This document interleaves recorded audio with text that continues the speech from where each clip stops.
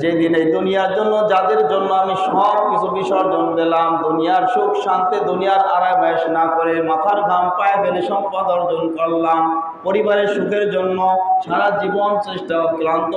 পরিশ্রম করে গেলাম, অক্লান্ত পরিশ্রম করে জীবনটা করে গেলাম, কাটিয়ে দিলাম। এইভাবে যখন আমি আল্লাহর হুকুমাবাধ্য হয়ে সকলের সুখের চিন্তা করে নিজেকে আমি জীবনটা বিসর্গ করে দিলাম, বিসর্জন দিয়ে কবরে চলে গেলাম। কবরে যেয়ে যখন বিপদের সম্মুখীন হব, এই বিপদের সময় তো আমার ওই যাদের কারণে আমি সম্পদ অর্জন করলাম, যাদের কারণে আমি জীবনের সময়টা সর্বসময়টা ব্যয় করলাম, এখন আমার ওই কবরের মধ্যে যে